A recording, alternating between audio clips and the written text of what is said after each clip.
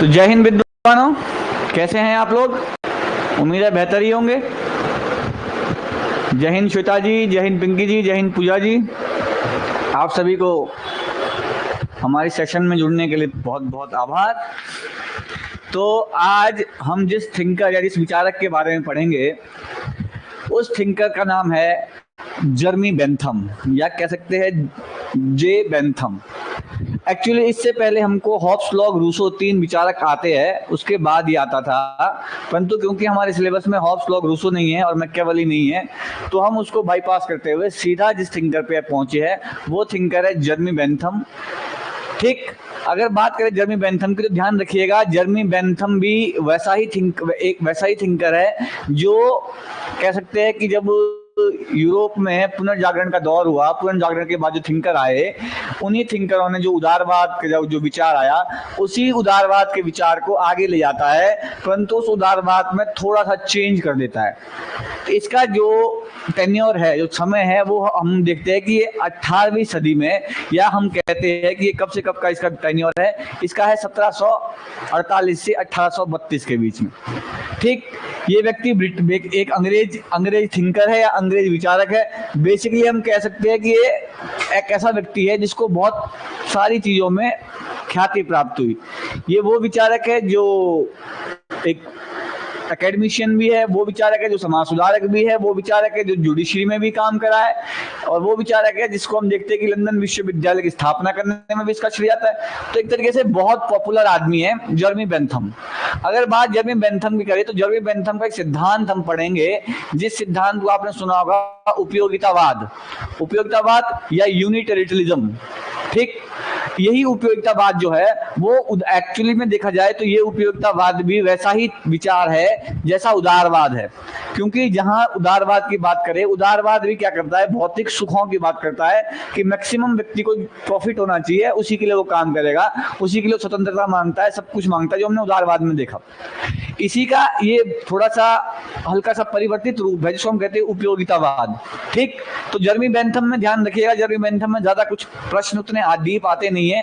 जर्मी Bentham में जो प्रश्न आते हैं इसके एक दो बुक से आते हैं, इसके उपयोगितावाद से आते हैं, इसके थोड़ा बहुत राज्य के संबंध में जो विचार है उससे आते हैं। ठीक है, तो चलिए शुरू करते हैं किसको, जर्मी बेंथम को। अगर बात करें जर्मी बेंथम की, जैसा कि हमने इसके परिचय में देखा, तो ये जर्मी बेंथम जो है ये कहाँ का विचारक है? ये हमारा ब्रिटिश विचारक है। कैसा विचारक है? ब्रिटिश विचारक है। बोले तो ब्रिटेन में पैदा हुआ व्यक्ति है। ध्यान रखिएगा, जो विचारक जहां पर पैदा होता है, जिस समय में पैदा होता है, उसके ऊपर उस समय का और उस जगह का प्रभाव हमको देखने को मिलता है। ठीक, तो ये वो दौर है जब क्या हो रहा है, 18वीं सदी है, यूरोप में डेवलपमेंट हो रहा है, यूरोप में विकास हो रहा है, यूरोप में इंडस्ट्री डेवलप हो चुकी है लगभग उस टाइम में। अब क्या है कि राज्य अपने पूरे फॉर्म में आ चुका है। अब कई पुरानी ऐसी चीजें थी, ऐसी व्यवस्थाएं थी, उपयोगिता जो उदारवाद था उसकी वजह से, जिसमें जो स्टेट था वो क्या हो गया था, एक अलग तरीके से काम कर रहा था, क्योंकि वहां पर प्राकृतिक अधिकार आ गए थे और ये वही उन्हीं प्राकृतिक अधिकारों का विरोध करता है। काफी सारी चीजें करेगा जिसको हम इसमें आगे देखेंगे। ठीक, सबसे पहली बात क्या है, कैसा कहाँ का विचारक है? ब्रिटिश विचारक है। ठीक, ब्रिटिश विचारक है, पहली चीज। दूसरी चीज क्या है, ये अपने आप में इसको हम दार्शनिक भी बोलते हैं। क्या है कि ये दार्शनिक भी है, क्योंकि ये भी फिलॉसफी की बात करेगा, आगे कहेगा कि सुख होना चाहिए, दुख होना चाहिए। तो अपने आप में दार्शनिक है, न्यायविद है, समाज सुधारक है, अर्थशास्त्री है। ये सारे के सारा श्रेय किसको जाता है?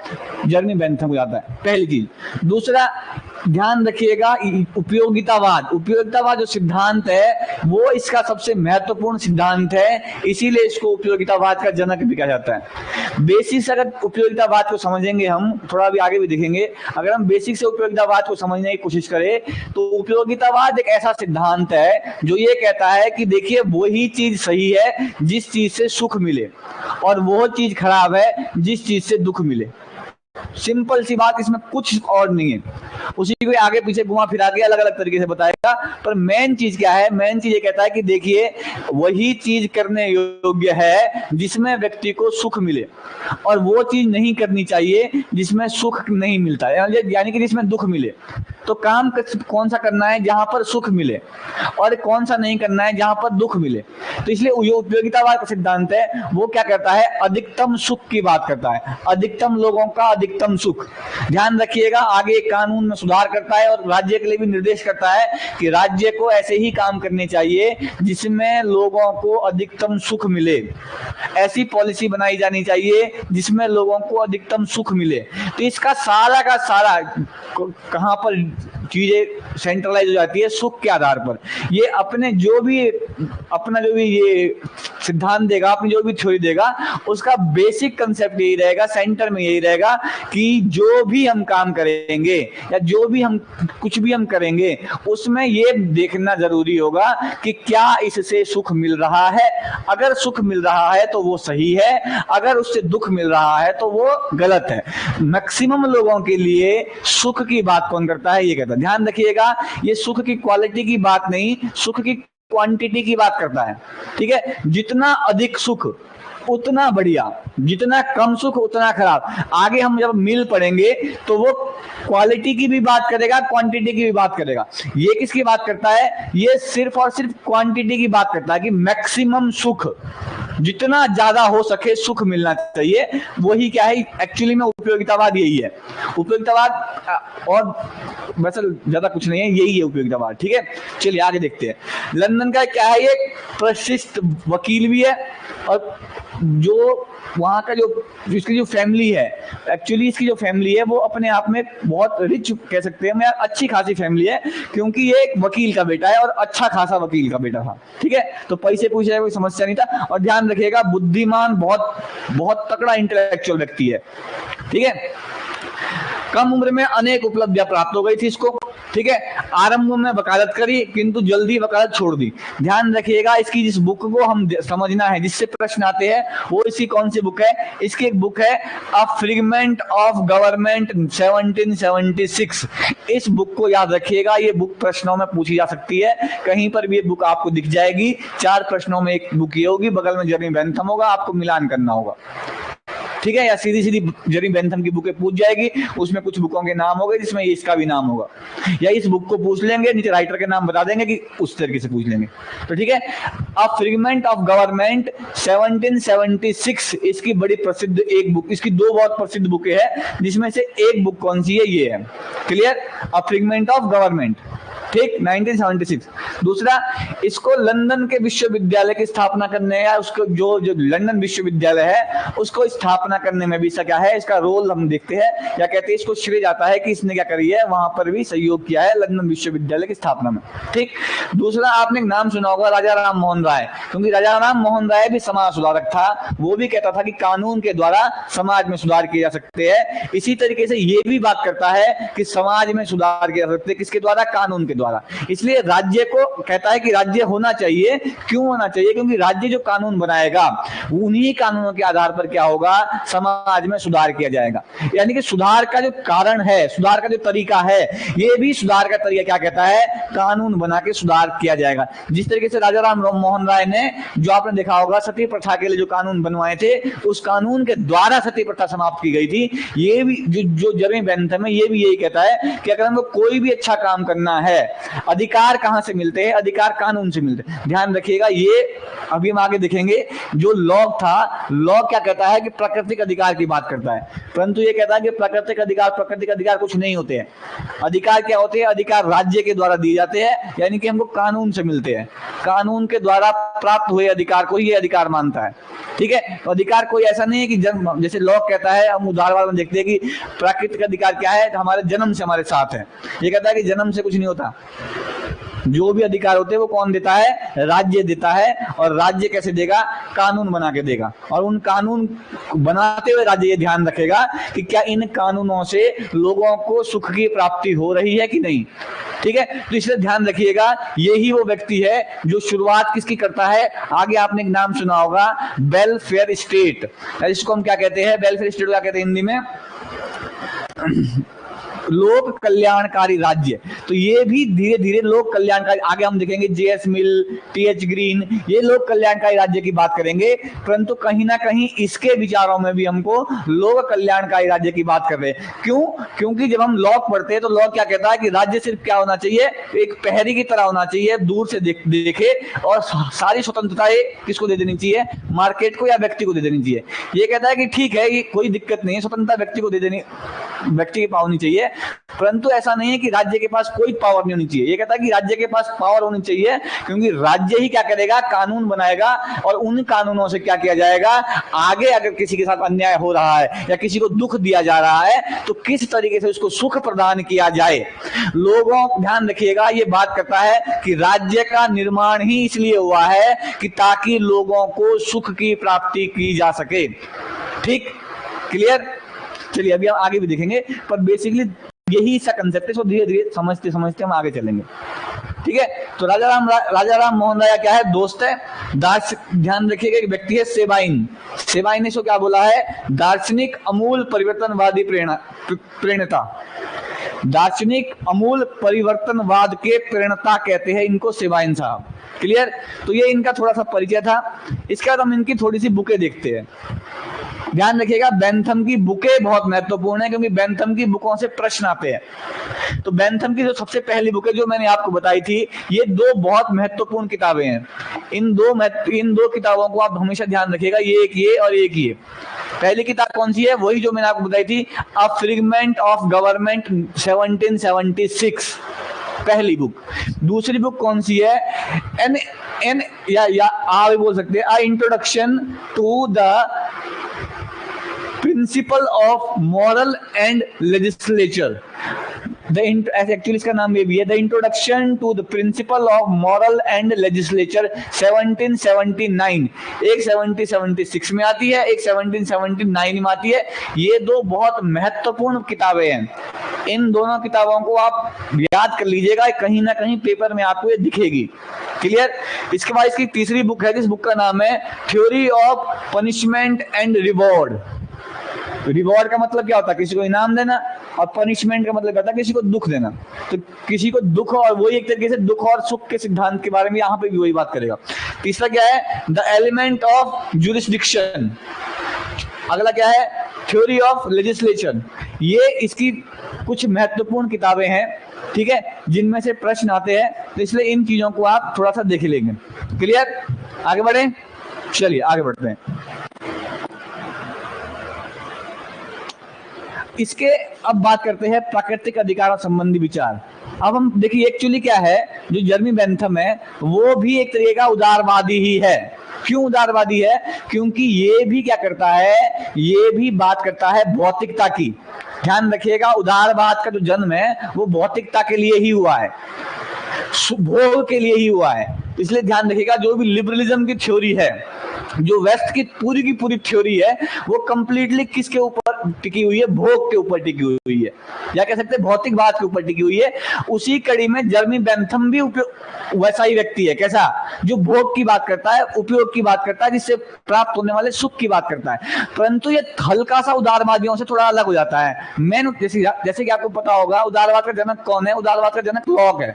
ठीक, लॉक किसकी बात करता है? प्राकृतिक अधिकार की बात करता है, कि व्यक्ति के पास उसके जन्म के साथ ही कुछ प्राकृतिक अधिकार होते हैं। ठीक है, परंतु ये क्या कहता है, ये कहता है कि देखिए, प्राकृतिक अधिकार जैसी कोई चीज होती नहीं है। ये प्राकृतिक अधिकारों क्या करता है, विरोध करता है, खास करके लॉक के। तो जो लॉक का जो प्राकृतिक अधिकारों का सिद्धांत है, उस प्राकृतिक अधिकारों क्या करता है, ये आलोचना करता है। कहता है कि प्राकृतिक अधिकार जैसी कोई चीज होती नहीं है, क्योंकि अधिकार जन्म से नहीं मिलते। अधिकार हमको किससे मिलते हैं? कानून से मिलते हैं। और वो कानून कौन बनाता है? राज्य बनाता है। एक तरीके से जो संविधान में या जो कानून के द्वारा हमको अधिकार प्राप्त होते हैं, प्राकृतिक अधिकार जैसी कोई चीज होती नहीं है। इसलिए प्राकृतिक अधिकारों का विरोध करता है, जबकि कानूनी अधिकारों क्या करता है, बात करता है। क्लियर? बेसिक चीज यही है इसमें। प्राकृतिक अधिकारों क्या बोलता है कि प्राकृतिक अधिकार क्या है? बकवास चीज है, प्राकृतिक अधिकार जैसी कोई चीज होती नहीं है। मूर्ख को कहता है कि मूर्खतापूर्ण है, एक तरीके से काल्पनिक है, कि हम सोच के चले हुए कि भाई हम जब से पैदा हुए, स्वतंत्रता हमारा क्या है, बिल्कुल हमारा, हम जीने की स्वतंत्रता, हमारे पास व्यापार की स्वतंत्रता, ठीक है, ये सारी जो स्वतंत्रता है है ये हमको पहले से ही मिल जानी चाहिए, पर ऐसा ये कहता है कि ऐसा कुछ नहीं है। संपत्ति की स्वतंत्रता हो गई, जीने की स्वतंत्रता हो गई, जो लॉक बात कर रहा था ये कहता है कि ये कोई स्वतंत्रता ऐसे कुछ भी नहीं है। एक्चुअली जो स्वतंत्रता हमको मिलती है, जो अधिकार हमको मिलते हैं, वो अधिकार हमको कौन देता है? वो अधिकार हमको कानून देता है, और वो कोई प्राकृतिक नहीं होते हैं, बल्कि क्या होते हैं? वैधानिक अधिकार होते हैं, जो विधान से मिलते हैं। और विधान कौन बनाता है? राज्य बनाता है, या कह सकते उसकी विधायिका बनाती है। तो विधायिकाओं के द्वारा दिए गए अधिकार को ही क्या कहता है कि यही वास्तविक अधिकार होते हैं। जो प्राकृतिक अधिकार जैसी चीजें है, ऐसी कोई चीज होती नहीं है। ठीक है, तो क्या कहता है? विधानिक अधिकारों का समर्थन करता है। और प्राकृतिक अधिकार व्यक्ति के सुख के योग्य नहीं है। ये कहता है कि प्राकृतिक अधिकार से व्यक्ति का सुख नहीं होता है, ये सुख के योग्य ही नहीं मानता उसको। ये मानता है कि सुख किससे मिलता है? एक्चुअली में जो संविधान या जो कानून हमें जो अधिकार देता है, उसी से हमको क्या होती है? सुख की प्राप्ति होती है। क्लियर? इसके साथ क्या कहता है कि राज्य समस्त अधिकार, हाँ जो मैंने कहा था ना कि अधिकार हमको कहां से मिलते हैं? अधिकार हमको राज्य से मिलते हैं। इसी प्रकार की बात हॉब्स भी बोलता है। ठीक है, कि अधिकार कौन देता है? अधिकार राज्य देता है। ठीक है, यही बात ये भी बोलता है कि अधिकार कौन देता है?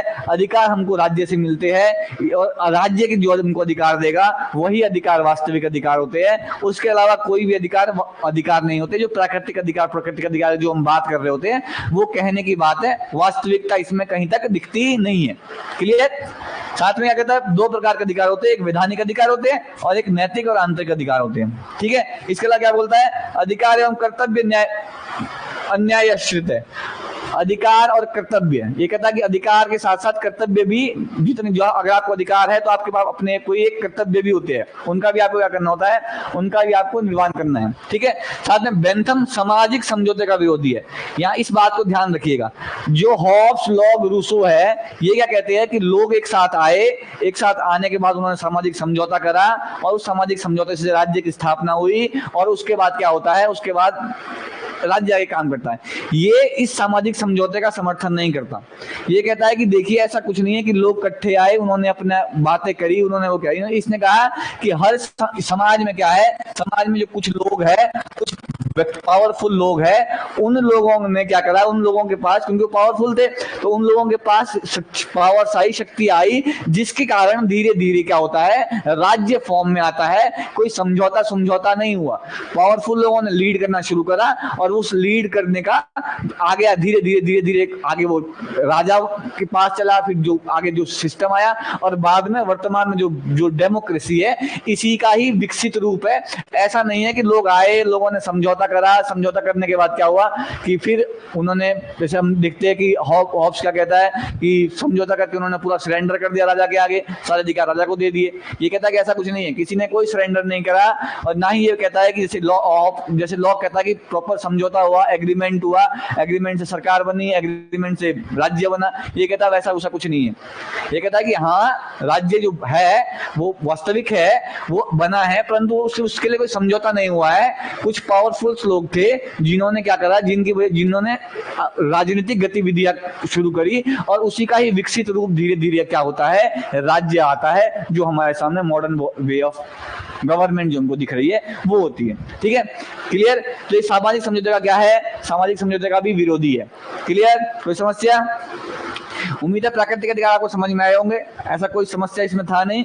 बेसिक सी बात है कि प्राकृतिक अधिकार आपको नहीं मानता है, कहता है प्राकृतिक अधिकार जैसी कोई चीज होती नहीं है, ये सब बकवास की चीज है, कल्पना की चीज है। वास्तविकता जो है वो अधिकार है, वो कौन से होते हैं? वैधानिक अधिकार होते हैं, जो हमको किससे मिलते हैं? संविधान से मिलते हैं। और उन वैधानिक अधिकारों को कौन देता है? राज्य देता है, कानून बना के। इसलिए कहता है कि कोई भी अधिकार, उसका सृजन कहां से हो रहा है? उसका सृजन राज्य के द्वारा किया जाता है, ना कि प्राकृतिक रूप से वो हमारे जन्म के साथ ही आए हुए होते हैं। ऐसा नहीं है। क्लियर? यहां तक कोई समस्या, कोई डाउट, कोई प्रश्न तो पूछ सकते हैं। आगे बढ़ते हैं।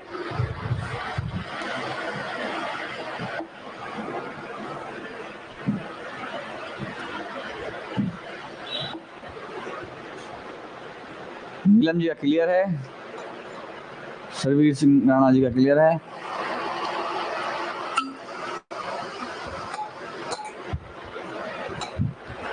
चलिए आगे बढ़े। देखिए, इसके बाद इसका जो मेन कंसेप्ट है, उस कंसेप्ट का नाम क्या है? उपयोगितावाद। ठीक, वही उपयोगितावाद जिसमें क्या है, वही बात करता है अधिकतम लोगों का अधिकतम सुख।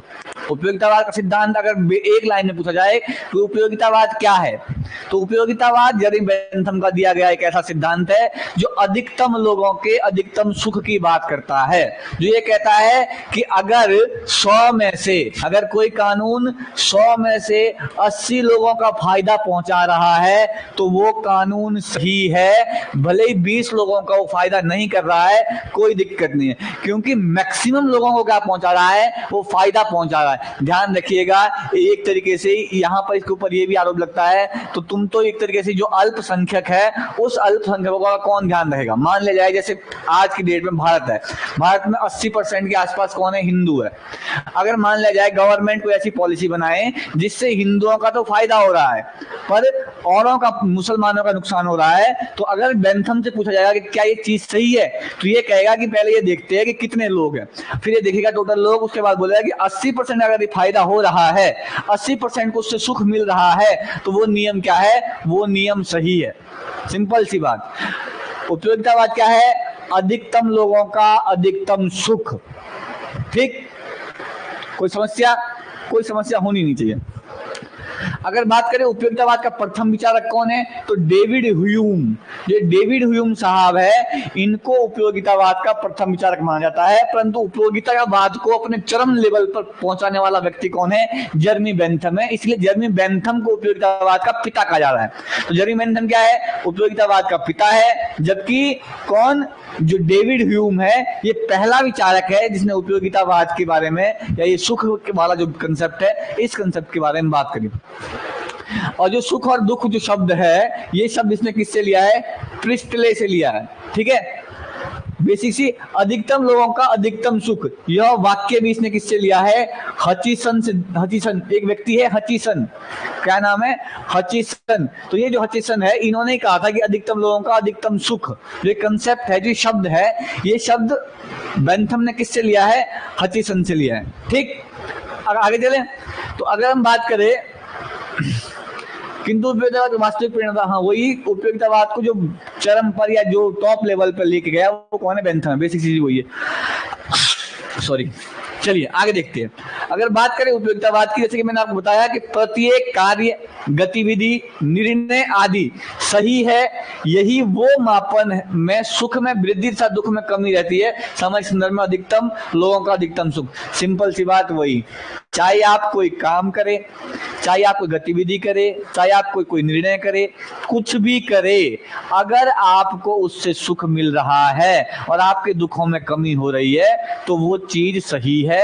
ये कहता है कि देखिए ध्यान रखिएगा, सुख भी बहुत तरीके के होते हैं। कुछ होते हैं बहुत कम टाइम के लिए, कुछ होते हैं बहुत लंबे टाइम के लिए। अब देखो सुख भी दो तरीके कहता है, इसके एक बहुत अच्छी कंसेप्ट है, कहता है कि अगर बैडमिंटन खेलने से और फुटबॉल खेलने से बराबर सुख मिल रहा है तो कोई एक चीज खेलो, कोई समस्या नहीं है। पर ये नहीं कहता कि जो बैडमिंटन खेलने के द्वारा मिला गया सुख अलग है। ये क्वालिटी की बात नहीं करता है कि अब देखो हमको किसी के, कोई दूर जा रहा है या कोई आ रहा है, उससे जो हमको सुख मिलता है वो उसके अलग क्वालिटी होती है। अब कोई सुख मिल रहा है किसी को, अब देखो मान लिया जाए कि मुझे सुख मिल, मैं एक बदमाश हूँ और मैंने क्या करा, किसी के मैं जाते हुए थप्पड़ मार रहा हूँ और मुझे सुख मिल रहा है, तो ये कहता है कि हाँ सुख मिल रहा है तो सही है, परंतु सुख की क्वालिटी भी तो होनी चाहिए।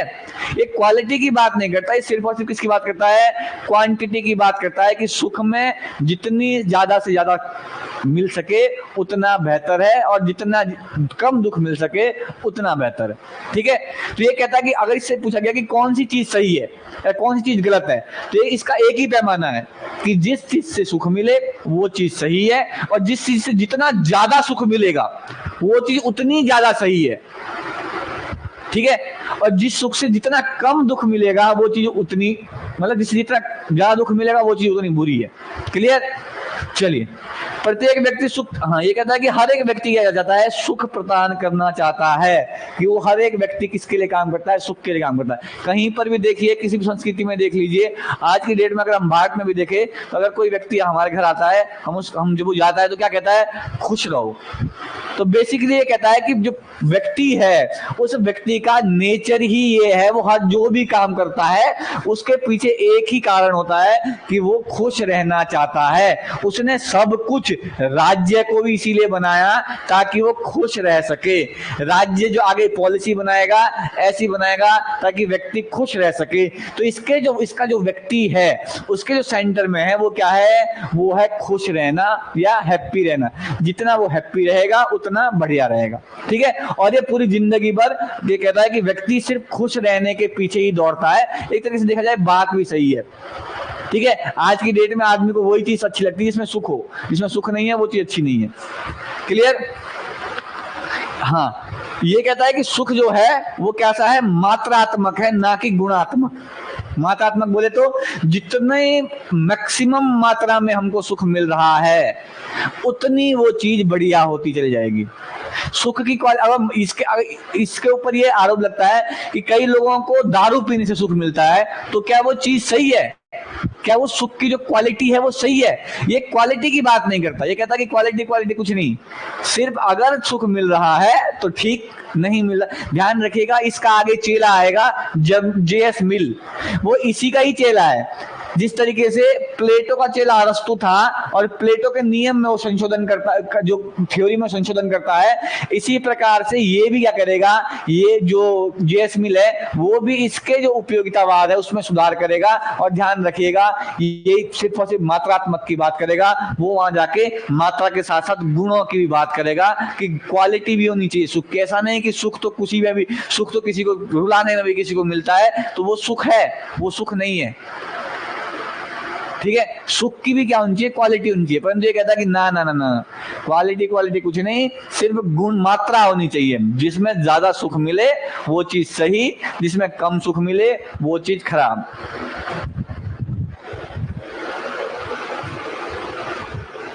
ये इसके सुख को मापने के लिए एक चीज बताता है, किस क्या कहता है, सुख कलन। ये जो तरीका है ये इसका सुख को मापने का तरीका। क्लियर? इसका उम्मीद है इसका उपयोगितावाद का सिद्धांत आपको समझ में आया होगा। एक्चुअली इसमें कुछ था नहीं, बेसिक सी चीज थी। ध्यान रखिएगा, ये उपयोगितावाद को नापने के लिए सात चीजों की बात करता है, सात तरीके बताता है। ये 7 तरीकों को ध्यान रखिएगा, ये 7 तरीके आ सकते हैं कि उपयोगितावाद को मापने कौन कौन से तरीके बताता है। 7 तरीके बताता है। कौन कौन से? पहला कहता है कि तीव्रता, कि किस तीव्रता से हमारे पास सुख आया, ठीक, उस आधार पर ये बात करता है। दूसरा क्या कहता है, स्थायित्व, कि वो सुख कितने देर तक हमारे पास रह रहा है, ठीक। तीसरी बात करता है कि निश्चितता, कि किसी काम करने में निश्चित है कि सुख मिलेगा नहीं मिलेगा, इस आधार पर क्या करता है, इसको बांटता है। साथ में क्या कहता है, निकटता, उत्प्रेरकता, शुद्धता और विस्तार। इन 7 आधारों पर क्या करता है, ये सुख को नापता है। और ये 7 आधार आप ध्यान रखिएगा। कभी कभी आपके प्रश्न आ सकता है कि बेंथम के जो सुख के जो आधार है, जो 7 आधार है, उनमें से कौन सा नहीं है, या उनमें से कौन कौन सा है, या कितने आधार है। तो ये 7 आधार आप ध्यान रखिएगा, क्योंकि ये 7 आधार आपसे पूछे जा सकते हैं।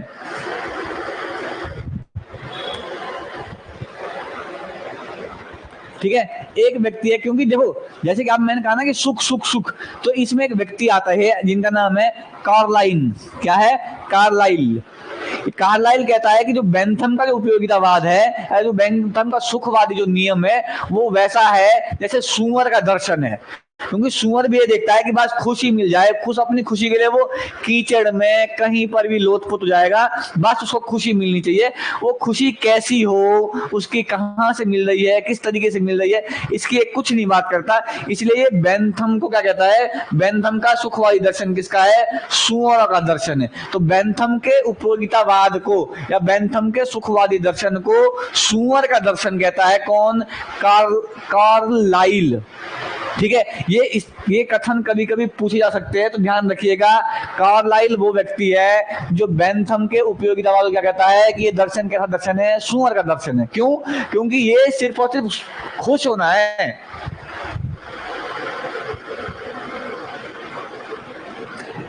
इसमें हम क्या डिफाइन करना, तीव्रता के आधार पर वो है कि किस हमको जो सुख मिल रहा है उसको किस किस आधार, कितनी जल्दी हमको मिल रहा है किसी चीज से, स्थायित्व तो कितनी देर तक हमारे पास रह रहा है, निश्चितता कह सकते हैं कि किसी काम को करने में सुख मिलेगा कि नहीं मिलेगा, उसके अलावा निकटता कि कोई भी काम है वो किस निकट उसको ध्यान देना है कि उसमें सुख मिलने की प्रधानता है कि नहीं।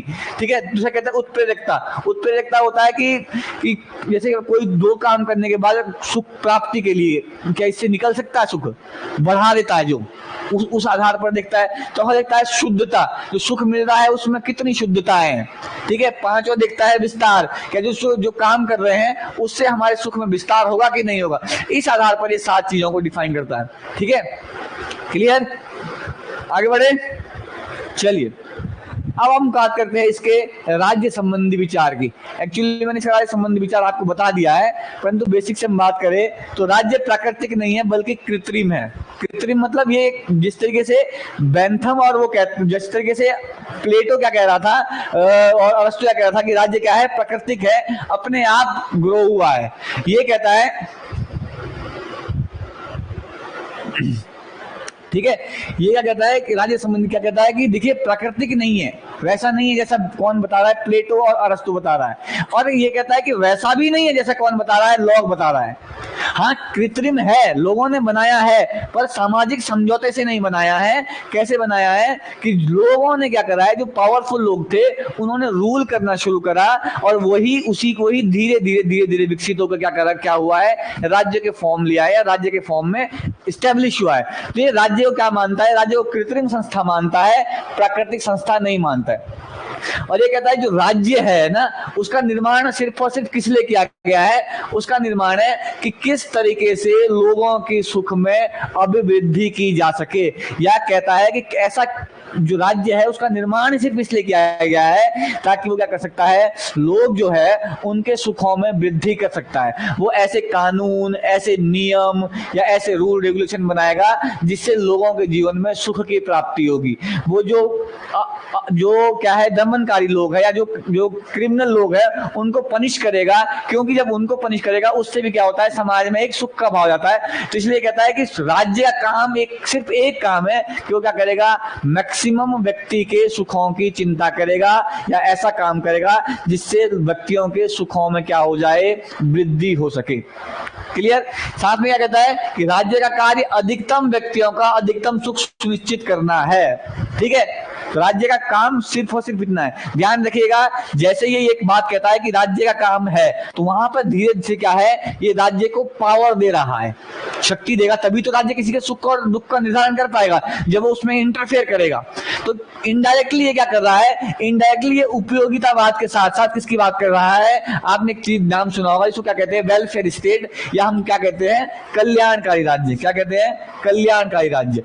तो इसका जो राज्य, इसका जो वो है क्या, इसका जो राज्य है वो कैसा है, वो कल्याणकारी है। ठीक है, क्यों कल्याणकारी है, क्योंकि वो इंटरफेयर कर रहा है ताकि लोगों का सुख क्या किया जाए, सुनिश्चित किया जाए। जबकि जब हम उदारवाद की बात करते हैं, ये उदारवाद से थोड़ा इसलिए अलग हो गया क्योंकि उदारवाद कल्याण का राज्य की बात नहीं करता है। उदारवाद क्या कहता है, जो राज्य है वो सिर्फ क्या रहेगा, नाइट वॉचमैन की तरह रहेगा, बाहर से देखेगा, बाहर से देख के ही करेगा, वो इंटरफेयर नहीं करेगा किसी तरीके का। परंतु बेंथम क्या कहता है कि नहीं, ऐसा नहीं है, राज्य का निर्माण ही इसलिए किया गया है ताकि वो क्या कर सके, लोगों के सुखों की चिंता कर सके और लोगों के सुखों के लिए काम कर सके। और यहीं से जो हमारा जो कल्याणकारी राज्य है उसका विचार हमको देखने को बेंथम में मिलता है। ठीक है, ये क्या कहता है कि राज्य सुख हेतु अधिकारों तथा कानूनों का निर्माण कर सकता है। समझ में आ रहा है, जब राज्य सुखों के लिए, अब मान लिया जाए कि बहुत बड़ी आबादी गरीब है, ठीक है, अब जब राज्य जो कानून बनाएगा वो ये ध्यान में देखेगा कि मैक्सिमम लोगों का सुख पहुंचे, तो खुद ब खुद वो क्या करेगा, गरीबों के लिए क्या करेगा, कानून व्यवस्था या गरीबों के कल्याण के लिए क्या करेगा, नियम बनाएगा। ठीक है, वहीं अमीरों के से क्या करेगा, अमीरों के ऐसे नियम बनाएगा कि ताकि वो उनका शोषण ना कर सके। ठीक है, तो यहां से धीरे धीरे जो कल्याणकारी राज्य है वो फॉर्म में आएगा। आगे यही कल्याणकारी राज्य जेएस मिल में और अपने चरम उत्कर्ष में कौन ले जाएगा, टीएच ग्रीन ले जाएगा। क्लियर, कोई समस्या, कोई प्रश्न? चलिए आगे बढ़ते हैं। आगे क्या बोलता है ये, व्यक्ति राज्य के आदेशों का पालन इसलिए करता है क्योंकि यह उसके लिए लाभदायक है। ये कहता है कि राज्य ने जो भी कानून बनाए हैं उन कानूनों को व्यक्ति मानता है। क्यों मानता है? क्योंकि वो कानून बनाए ही इसलिए गए हैं ताकि व्यक्ति का क्या हो सके, व्यक्ति का सुख मिल सके, या व्यक्ति को मैक्सिमम सुख पहुंचाने के लिए ही वो कानून बनाए गए हैं। और व्यक्ति को ये बात पता होती है और इसीलिए वो क्या करता है, राज्य के बनाए गए कानूनों को मानता है। क्योंकि अगर उसको सुख नहीं मिलेगा तो वो राज्य के बनाए गए कानूनों को नहीं मानेगा। और राज्य का उद्देश्य ही ये है कि वो कानून ही वो बनाएगा जिससे व्यक्ति को क्या मिले, सुख मिले। और इसीलिए ये जानते हुए व्यक्ति कि इसके बनाए गए कानून से मुझे सुख मिलेगा, इसीलिए उस क्या करता है, उन आदेशों का क्या करेगा, वो उन आदेशों का पालन करेगा। ठीक, क्लियर? आगे क्या बोलता है ये, राज्य व्यक्ति के लिए है ना कि व्यक्ति राज्य के लिए। ध्यान रखिएगा, ये भी उसी तरीके का है। मैंने कहा ना उदारवाद, और उदारवाद के सेंटर में क्या होता है, व्यक्तिवाद। ठीक है, तो एक तरीके से ये भी व्यक्तिवादी है। ये भी क्या है,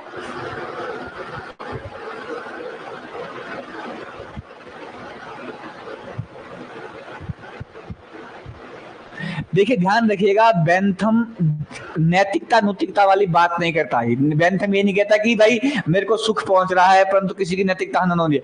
नैतिकता हनन होए तो होता रहे। ध्यान रखिएगा, एक स्टेटमेंट आती है कि जिस तरीके से मैकियावेली ने, किसने, जिस तरीके से मैकियावेली ने राजनीति से धर्म को अलग कर दिया था, जिस तरीके से मैकियावेली ने राजनीति से किसी को अलग कर दिया था, धर्म को अलग कर दिया था, उसी तरीके से जिस बेंथम ने राज्य है उससे नैतिकता को अलग कर दिया था। ये कहता है कि नैतिकता नैतिकता की आवश्यकता है ही नहीं। अगर सुख मिल रहा है तो सही, नहीं मिल रहा है तो गलत। ठीक, कोई नैतिकता नहीं। समझ में आ रहा है? ये क्या कह रहा है कि राज्य किसके लिए है, व्यक्ति के लिए, ना कि व्यक्ति राज्य के लिए। समझ में आ रहा है? तो इसका सेंटर में कौन है, इसके सेंटर में भी व्यक्ति है।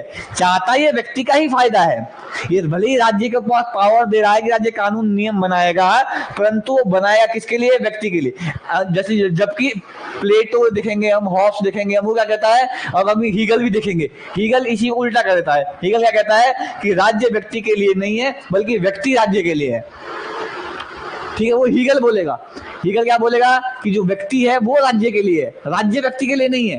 परंतु बेंथम क्या बोल रहा है कि नहीं, राज्य जो है वो व्यक्ति के लिए है, ना कि व्यक्ति किसके लिए है, राज्य के लिए। क्लियर? तो ये छोटी छोटी चीजें ध्यान रखिएगा। ये व्यक्तिवादी है क्योंकि इसके सेंटर में व्यक्ति है। ये सब कुछ राज्य का निर्माण भी किसके लिए कर रहा है, व्यक्ति की खुशी के लिए। राज्य को अधिकार भी किस लिए दे रहा है, ताकि व्यक्ति की खुशी हो सके। इसके सेंटर में व्यक्ति है और ये इसी व्यक्ति को क्या करना चाहता है, मैक्सिमम खुशी देना चाहता है। और सारे किस वही चीज सही बोलता है जो क्या दे, इसके व्यक्ति को खुशी दे। क्लियर? साथ में अहस्यवाद राज्य का समर्थन करता है। ये भी पूंजीवादियों की तरह क्या कहता है कि राज्य को ज्यादा इंटरफेयर नहीं करना चाहिए परंतु सुख की प्राप्ति के लिए करना चाहिए। तो एक तरीके से हल्का सा थोड़ा सा उदारवादियों से अलग है। ऐसा नहीं है कि बिल्कुल अलग है। ये भी व्यक्तिवादी है, ये भी अहस्तक्षेप का समर्थन कर रहा है। ठीक है, परंतु कहीं ना कहीं हल्का सा ये राज्य को पावर देता है, वो भी इसलिए ताकि वो क्या कर सके, किसी व्यक्ति को अगर दुख पहुंच रहा है उस दुखों से उसको निवारण दे सके या उस दुखों से उसको बाहर ला सके। क्लियर? इसके साथ साथ राजनीतिक एक प्राकृतिक समाज से विरुद्ध है। ठीक है, राज्य के 4 कार्य है, जीवन, सामग्री, संपन्नता, सुरक्षा, समता। ये क्या कहता है, राज्य के 4 काम बोलता है। कौन कौन से काम? पहले जीवन सामग्री, दूसरा संपन्नता, तीसरा सुरक्षा और चौथा समता। ये 4 चीजें हैं जो राज्य बनाएगा। ध्यान रखिएगा, ये समता जो है ये भी कहीं ना कहीं जो ये है कौन, उदारवादी है, उनसे थोड़ा भिन्न जाता है। क्योंकि उदारवादी क्या कहते हैं कि जिसके पास जितनी ताकत होगी वो उतना काम करेगा और जो जितना काम करेगा वो उतना संपन्न होगा। तो समानता समानता वाले वहां पे कंसेप्ट नहीं है। ये समानता की बात करता है क्योंकि ये कहता है कि नहीं, ऐसा नहीं है। जो दबे कुचले हैं उनको भी फायदा होना चाहिए, वो भी सुखी होने चाहिए। तो वो तभी होगा जब इक्वलिटी होगी।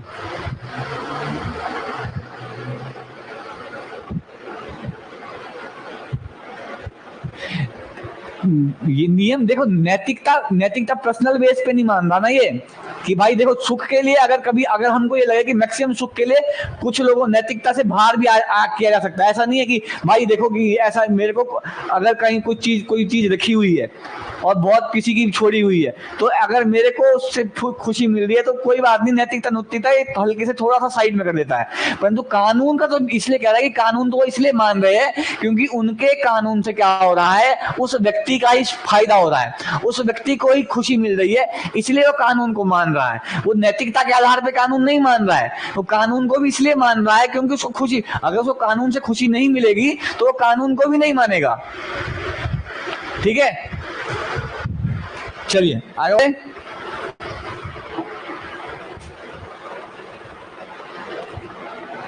अब इसका संप्रभुता संबंधी विचार ध्यान रखिएगा। इसका संप्रभुता संबंधी विचार सिंपल सी बात है, ये भी क्या कहता है, ये भी बेंथम उसकी तरह हॉब्स की तरह कहता है कि जो संप्रभु है वो राज्य ही होगा। पावर किसके पास, सारी राज्य के पास होती है, और संप्रभु कौन होगा, राज्य होगा। ठीक है, तो क्या कहता है कि संप्रभु विधि अवधारण है, कि संप्रभुता क्या है, कैसी है, एक विधि का अवधारणा। विधि बोले तो कानून, राज्य के पास ही संप्रभुता होती है। संप्रभुता कानून के आधार पर ही बनती है, सरकार के आधार पर ही बनती है, राज्य के आधार पर बनती है। ऐसा नहीं है कि संप्रभुता जो प्राकृतिक या देवीय नहीं है, जो हम कहते हैं कि प्राकृतिक रूप से संप्रभु है या देवीय अधिकार है कि राजा को दिया उसके वो संप्रभु बना दिया, या प्राकृतिक रूप से वो, ऐसा नहीं है। कहता है जो विधि है वही संप्रभु होती है, जो राज्य होता है वही संप्रभु होता है, कानून ही संप्रभु है, कानून से ही सब कुछ निकलेगा, सारे अधिकार सब कहां से निकलेंगे, कानून से ही निकलेंगे। इसलिए संप्रभु कौन होगा, राज्य होगा, और राज्य के कानून से। आज की डेट में संप्रभु कौन है, भारत का संविधान। इसी तरीके से क्या कहता है कि संप्रभुता कौन होगा, विधि ही संप्रभु होगी, विधि के अलावा कोई दूसरी चीज संप्रभुता का धारणा बात नहीं करता। ध्यान रखिएगा, इसी के समर्थन के लिए एक व्यक्ति आता है, ऑस्टिन इसी को समर्थन करने के लिए संप्रभुता का सिद्धांत देता है कि हाँ बिल्कुल सही, संप्रभुता का सिद्धांत मैंने ऑस्टिन वाला आपको पढ़ाया भी है। क्लियर। ये क्या कहता है, संप्रभुता का स्रोत मानव समुदाय है। संप्रभुता कहां से आती है, मानव से आती है, और मानव से के द्वारा ही क्या होगा, कानून निर्माण किया जाएगा, राज्य के किया जाएगा, और वहीं से विधि के आधार पर क्या आएगी, वो संप्रभुता सब वो धारण करेगा, और वही क्या करेगा, सबके लिए कानून निर्माण का काम करेगा। बेसिक सी चीज है, इसमें कुछ ऐसा कोई बहुत बड़ी चीज नहीं है, उपयोगिता बात था वो मैंने आपको बताया। ठीक है, उसका अगला क्या है, संप्रभुता की पहचान आदेश देने से होती है। बेसिक बिल्कुल चीज है। संप्रभुता कौन है, जैसे कि मैंने आपको कहा कि जो अपने आदेशों का पालन करवा दे वही संप्रभु होता है। तो बेसिकली कानून क्या है, कानून जो बन गया वो लोग उसको मान रहे हैं, राज्य ने कानून बनाए तो राज्य कानून मान रहा है, और इसलिए संप्रभु भी कौन होता है, इसलिए संप्रभु भी कहता है कि संप्रभु कौन होगा, राज्य ही होगा, क्योंकि आदेश किसके माने जा रहे हैं, राज्य के माने जा रहे हैं। क्लियर। साथ में क्या कहता है, संप्रभु ही कानून बना सकता है। तो उस कानून कौन बना रहा है, संप्रभु बना रहा है, और कानून कौन बनाता है, ये कहता है कानून राज्य बनाता है। ठीक है, तो कुल मिला के सारी की सारी पावर किसको देता है, सारी की सारी पावर राज्य को देता है। कानून बनाने के लिए किसको बात करता है कि राज्य करेगा, राज्य बोले तो सरकार। और ध्यान रखिएगा, ये लोकतंत्र का समर्थक है। किसका समर्थक है, लोकतंत्र का। ये कहता है कि लोकतंत्र के आधार पर ही जो व्यवस्था बनी हुई है उस तरीके से चुनाव होंगे, विधायक का निर्माण होगा, और विधायक का क्या करेगी, कानून बनाएगी। क्योंकि लंदन में क्या है, विधि का शासन तब तक आ चुका है। ठीक है, वहां पे रूल ऑफ लॉ चलता है, वहां पे कानून कौन बनाता है, वहां की पार्लियामेंट बनाती है। तो ये कहता है कि बिल्कुल वही बनाएगी, वही संप्रभु है, वही कानून करेगी, और वही जो कानून बनाएगी उसका लोग क्या करेंगे, पालन करेंगे, और जिसका लोग पालन करते हैं वही अपने आप में क्या होती है, संप्रभु होती है। क्लियर।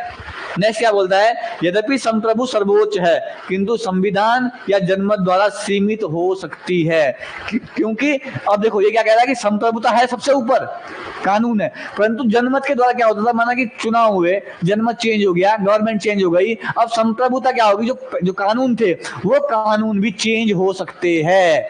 ठीक है, क्लियर। तो ये क्या कहता है कि जो संप्रभु है कहीं ना कहीं उसके ऊपर किसका, जनमत का क्या पड़ता है, असर पड़ता है। क्योंकि अगर जनमत चेंज हुआ कानून भी चेंज हो सकते हैं, क्योंकि लोकतंत्र का समर्थक है, और लोकतंत्र में सरकारें बदलती रहती है। जैसे मान लिया जाए आज की डेट में जो पहले 370 था नहीं, सरकार बदली, कानून तो वही थे, सब कुछ वही था, संप्रभु ने जो आदेश बनाए हुए थे कॉन्स्टिट्यूशन में, परंतु बीजेपी गवर्नमेंट आई, 370 हट दिया। तो संप्रभुता क्या है? जो जनमत है, जनमत क्या कर सकती है? उसको परिवर्तन करने का क्या होता है उसके पास पावर होती है, कैपेबिलिटी होती है, वो क्या करेगी? जिसको चेंज कर सकती। हाँ लवी जी पूछो, क्या प्रश्न था? क्लियर है यहाँ तक? संप्रभुता समझ में आया? संप्रभुता क्या है? इसमें कुछ नहीं है। देखो बेंथम एक ऐसा थिंकर है जो ज्यादा कॉम्प्लिकेटेड है नहीं, बस इसको लोग बना कॉम्प्लिकेटेड देते हैं।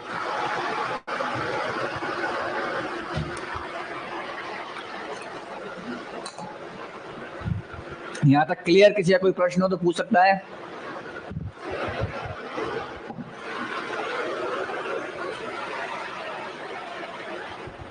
चलिए आगे क्या करता है कि हो गया संप्रभुता का सिद्धांत। इसके बाद इस कानून के संबंध में क्या बोलता है? ये कहता है कि कानून जो है उस कानून को कौन बनाता है? राज्य कानून का निर्माण करता है, जो मैं बहुत देर से बता रहा हूं। क्या कहता है ये? जब बेंथम नैतिकता नहीं मानता तो कानून मानता है, तो नैतिकता और कानून एक जैसे ही है। नैतिकता और कानून एक जैसे कैसे हो सकते हैं यार? नैतिकता अंदर का विषय है। मैं जा रहा हूं, कोई गिरा हुआ है, इसको उठाऊंगा, ये नैतिकता है। कहीं कानून में नहीं लिखा हुआ कि गिरे हुए को उठाना है। समझ में आ रहा है?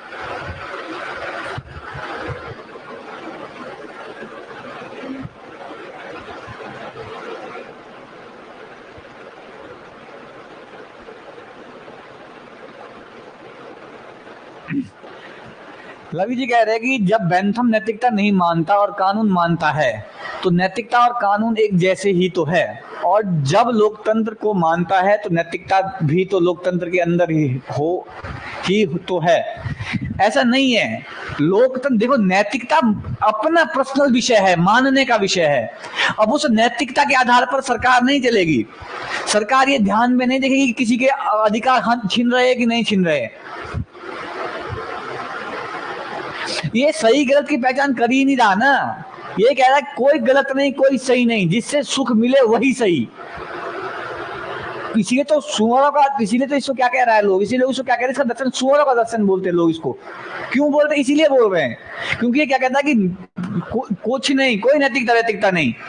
अगर आपको, अगर पूरे देश को किसी 10 लोगों के घरों को उखाड़ के 5000 लोगों के घर बनाए जा सकते हैं, तो उन 10 लोगों के घरों को उजाड़ देना सही है। कोई नैतिकता नहीं, सिर्फ और सिर्फ कोल्ड ब्लडेड हैप्पीनेस, खुशी मिले, नैतिकता जाए भाड़ में। नैतिकता चाहिए ही नहीं, क्योंकि नैतिकता से खुशी नहीं मिलती है, ऐसा मानना है बेंथम का। बेंथम कहते हैं जिससे खुशी मिले उस नैतिकता आप क्या करेंगे जिससे खुशी ना मिले? आप जिंदगी भर नैतिकता के आधार पर बैठे हो, घर में आपके लिए खाना भी नहीं है, तो ये कहता है कि चोरी कर, कोई दिक्कत नहीं है, चोरी भी कर लो, अगर तुमको उसके बाद खाना मिले और खाने के बाद तुम खुश रहो। अब तुम नैतिकता लेके बैठे रहोगे तो तुम्हारा भला नहीं होने वाला। नैतिकता ठीक है, नैतिकता होनी चाहिए, परंतु अगर फायदा है तो वहां पर नैतिकता को क्या है, जो मानवीय है, जो नैतिकता है, उससे बियॉन्ड भी हम जा सकते हैं, कोई समस्या नहीं है।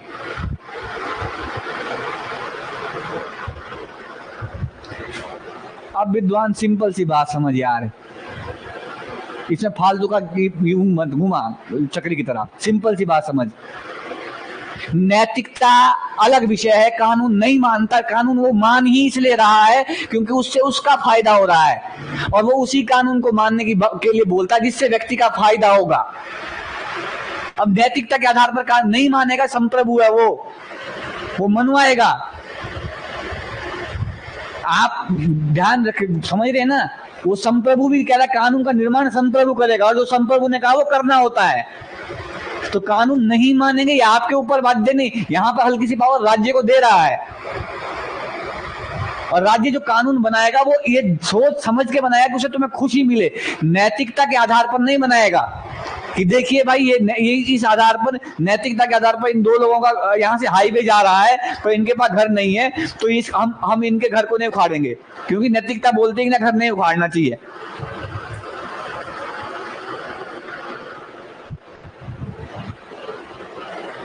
क्योंकि उससे घर से क्या हो रहा है, उससे घर से जारी रोड तो उससे एक पूरे 1000 लोगों को फायदा हो रहा है, तो वो कहेगा कि इसका घर उखाड़ो, फेंको, साइड में फेंको।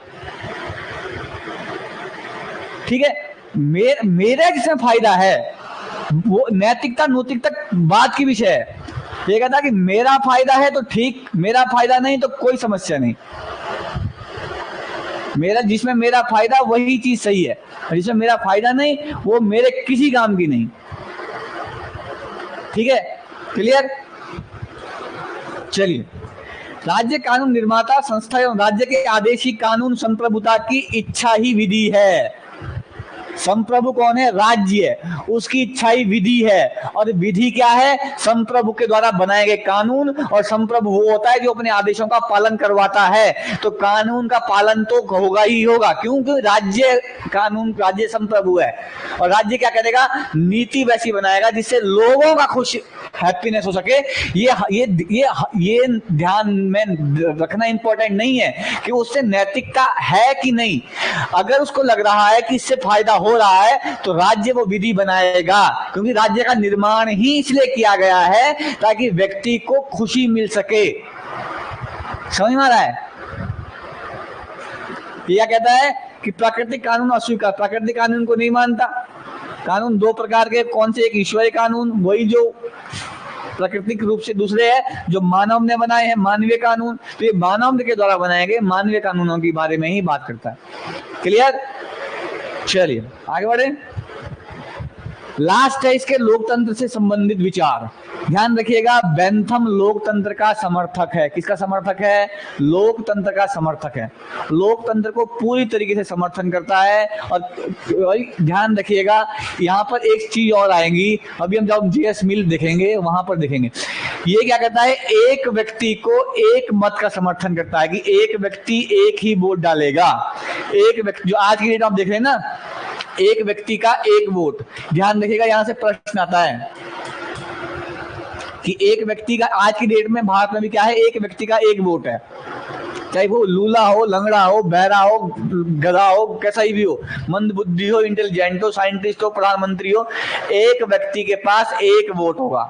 ये व्यक्ति, पहला व्यक्ति इसको माना जाता है जिसने एक व्यक्ति के एक वोट की बात करता है। जब एक व्यक्ति का एक वोट होगा, ध्यान रखिएगा वहां से, क्योंकि अभी तक जब ये खड़ा है 18वीं सदी में, तब तक ब्रिटेन में महिलाओं को वोट देने का अधिकार नहीं है। तो ये एक व्यक्ति एक वोट की जब बात कर रहा है तो इनडायरेक्टली ये महिलाओं के लिए भी तो क्या मांग रहा है? महिलाओं के लिए भी तो वोटिंग राइट मांग रहा है। समझ में आ रहा है? तो एक तरीके से ये क्या है? ये समाज सुधारक के रूप में इसको जाना जाता है। क्यों? क्योंकि सबको राइट दे रहा है एक तरीके से।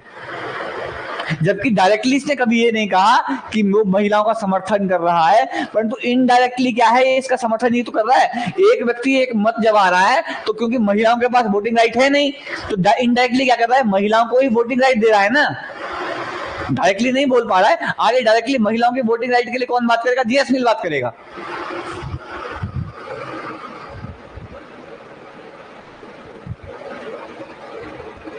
हाँ, प्रेसिडेंट के इलेक्शन, अरे यार बाद में बात करता हूँ। प्रेसिडेंट के इलेक्शन में बिल्कुल, हाँ, चंद्रा जी कह रहे हैं सर एमपी के वोट की वैल्यू डिफरेंट होती है क्या? एमपी के वोट की वैल्यू, जब मैंने प्रेसिडेंट की क्लास जाके देखिए, मैंने प्रॉपर बताया है, मैंने वोट वैल्यू निकलवाई है आपसे। प्रेसिडेंट की वोट के चुनाव में एमपी की वोट वैल्यू भी निकलवाई है और एमएलए की वोट वैल्यू भी निकलवाई है। ठीक है, तो राष्ट्रपति की इसमें जाइए, उसमें राष्ट्रपति की इसमें पूरी दिया होगा। अगर आपने क्लास ली होगी तो उसमें मैंने प्रॉपर एक चीज बताई है, प्रॉपर फॉर्मूले हैं, उन फॉर्मूलों के आधार पर निकलता है। क्लियर? चलिए, अभी हमारे पास समय कम है, हमको आज बेंथम थोड़ा सा बचा हुआ है। तो हम क्या बात कर रहे थे? लोकतंत्र का समर्थक है, पहली चीज। दूसरा क्या है? एक व्यक्ति एक मत का समर्थन करता है। क्लियर? तीसरा क्या है? सार्वभौमिक पुरुष वयस्क मताधिकार। देखिए, यहाँ ध्यान रखिएगा, पुरुष वयस्क मताधिकार, क्योंकि वहां पर महिलाएं नहीं है, अभी तक महिला को मताधिकार नहीं है। तो ये किसकी बात करता है? कि जो हर एक पुरुष के पास क्या होना चाहिए? मताधिकार होना चाहिए। ठीक है। महिला अधिकारों का खुलकर समर्थन नहीं करता, परंतु एक तरीके से इनडायरेक्टली महिला अधिकारों की भी ये बात करता हुआ दिखाई देता है। ठीक है, एक ध्यान रखिएगा, गुप्त मतदान की बात करता है कि किसी को पता नहीं चलना चाहिए कि मतदान कैसा। आगे जेएस मिल इसका भी खंडन करेगा, कह रहे गुप्त मतदान नहीं होना चाहिए, खुला मतदान होना चाहिए। एक व्यक्ति एक वोट, इसका भी खंडन करेगा, अभी हम जेएस मिल में देखेंगे वो। ठीक है, राजनीति सेवा नहीं बल्कि पेशा है। आगे तुम देखो, आपकी नैतिकता यहीं आ गई। ये क्या कहता है, जो राजनीति है वो क्या है, वो एक पेशा है ना कि सेवा। जबकि भारत में क्या कहा जाता था, भारत में भी अब कहा ही जाता है, वास्तविकता से तो बहुत दूर है, कि राजनीति क्या है, सेवा है। लोग यही कहते हैं ना कि हम तो भाई सेवा करने निकले हैं। बैंथम बोलता है फालतू की बात मत करा करो, राजनीति सेवा नहीं है, राजनीति क्या है, राजनीति पेशा है, व्यापार है, और तुम उसी तरीके से राजनीति करो। ठीक है, तुम भी क्या है, तुम्हारी एक तरीके से जैसे नौकरी है ना, वैसे ही नौकरी है, तुम नेता हो, अपना पेशा करो। कोई नैतिकता वाली बात की भाई हम तुम्हारे लिए आ रखे हैं, हम सेवा क्या, वो फालतू चीजें हैं। ठीक, क्लियर। साथ में क्या कहता है, एक सदनी व्यवस्था, ध्यान रखिएगा, ये एक सदन की व्यवस्था का समर्थन करता है। जैसे वहां हमने देखा ना, लॉर्ड है वो एक क्या है, वहां पे 2 सदनी व्यवस्था है ब्रिटेन में। ठीक है, परंतु ये किसकी बात करता है, एक सदन की बात करता है। ठीक है, साथ में क्या है, वैधानिक अधिकारों का समर्थन करता है। वही अधिकार कौन से, वही जो वैधानिक रूप से लागू हो, वरना अधिकारों की जो वैधानिक रूप से लागू नहीं होते वो कोई अधिकार होते नहीं है। साथ में लास्ट स्टेटमेंट क्या है, सीबी मैकफर्सन ने बेंथम के लोकतंत्र को संरक्षणात्मक मॉडल कहा। तो इसको संरक्षणात्मक मॉडल कौन कहता है, सीबी मैकफर्सन। तो ये थे हमारे जर्मी बेंथम साहब। उम्मीद है आपको जर्मी बेंथम समझ में आया होगा।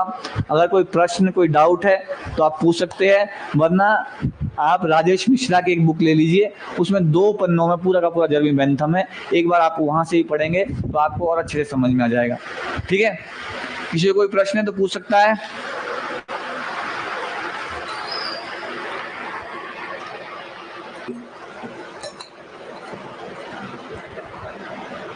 समझ में आया तो लिखो जय हिंद।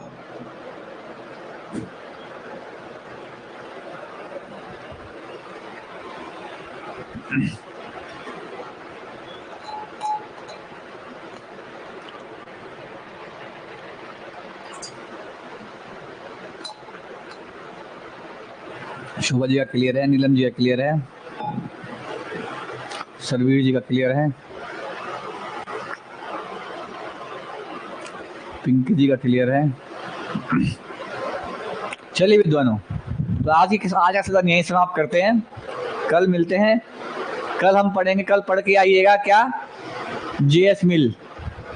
ठीक है सर, एग्जाम का कुछ पता चल रहा है क्या? देखो विद्वानों, एग्जाम का तो मुझे कोई पता नहीं है, तुम अपना पढ़ते रहो बस।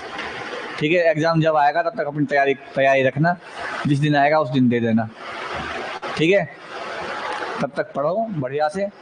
चलिए मिलते हैं कल, जैसा भी समय होगा मैं बता दूंगा आपको। हाँ, कल जेएस मिल पढ़ के आइएगा।